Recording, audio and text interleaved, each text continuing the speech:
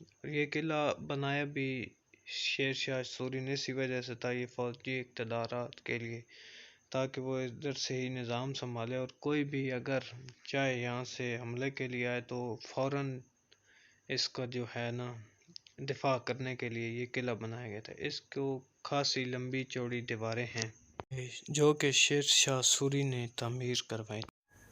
اور اب آپ کا بھائی آپ کو تھوڑی اور ڈیٹیل میں جا کے بتائے گا۔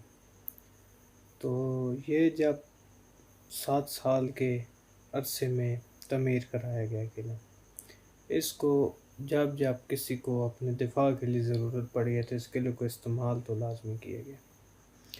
لیکن اب ہم آتے ہیں شیر شاہ سوری صاحب کی طرف۔ یہ افغان قبائل میں ان کے دادا جان آئے تھے، ابراہیم نام تھا ان کا۔ ان کے ابا جان نے 4 شادیاں کی تھی، تو یہ 8 بھائی تھے۔ جب ان کے دادا جان افغان آئے تھے تو ادھر انہوں نے ایک افغانی سردار کی بیٹی سے شادی کی تھی، تو وہ جو انہیں جائیداد وغیرہ ملی تھی نا، تو پھر ادھر ہی افغانی قبائل میں ان کے ابا جان نے شادی کی۔ ان کے ابا جان نے 4 شادیاں کی، وہ بھی جو جائیداد تھی ان کے فوت ہونے کے بعد۔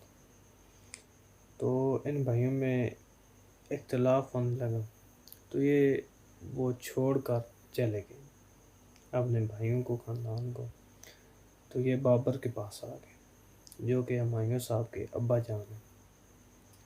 تو ادھر انہوں نے بطور 1.25 سال کام کیا، پھر انہیں کوئی کشمکش ہونے لگی تو یہ چلے گئے۔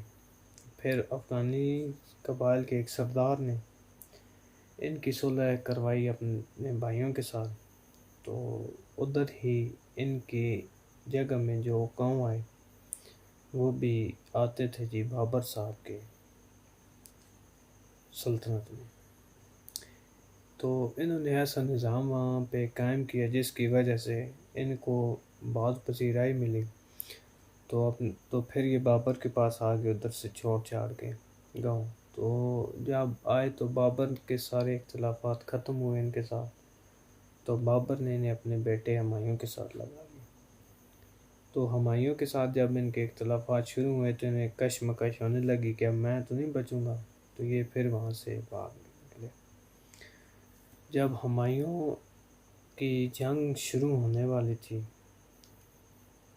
تو شیر شاہ سوری صاحب نے جنگ کے دوران ہی ان کا ساتھ چھوڑ دیا اور خود اعلان جنگ کر دیا۔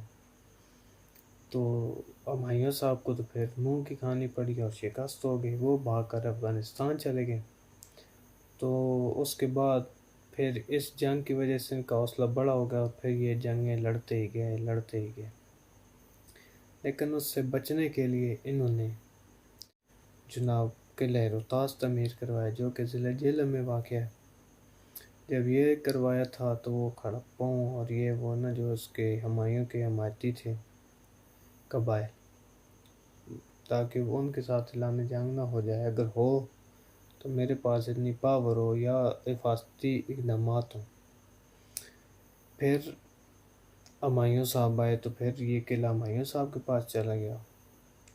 ہمایوں صاحب کے بعد اس قلعے میں کوئی تعمیراتی کام نہیں کیے گئے، کسی مغل بادشاہ نے ادھر رہنے کی زحمت نہیں کی، کیونکہ وہ تو عیاش تھے بھائی، کی ہے اتنے نہیں تو اتنے صحیح، تبھی تو مغلوں کو بھی منہ کو کھانی پڑی، پھر انگریز آئے صرف ہماری عیاشیوں کی وجہ سے۔ تو بس پھر یہ تھی قلعہ روہتاس کی کہانی۔ تو انگریزوں نے بھی استعمال کی ہے۔ 1947 کی تقسیم کے بعد یہ پھر پاکستان کے ہاتھ میں آ گیا، اس سے پہلے سکھوں کے قبضے میں رہا۔ شیر شاہ سوری صاحب نے کہا اس کو بنایا، ہمایوں کے پاس آیا، ہمایوں کے بعد حسن عبدال صاحب تھے، انہوں نے بھی اس کو استعمال کیا اپنے مفادات کے لیے۔ تو یہ ہے جی قلعہ روہتاس، اس کی یہی مختصر سی کہانی ہے جو آپ کے بھائی نے آپ کے ساتھ شیئر کر دی۔ تو like, follow and comments, share. انشاءاللہ ملتے ہیں نیکسٹ ویڈیو میں کسی نئی تاریخ کے ساتھ۔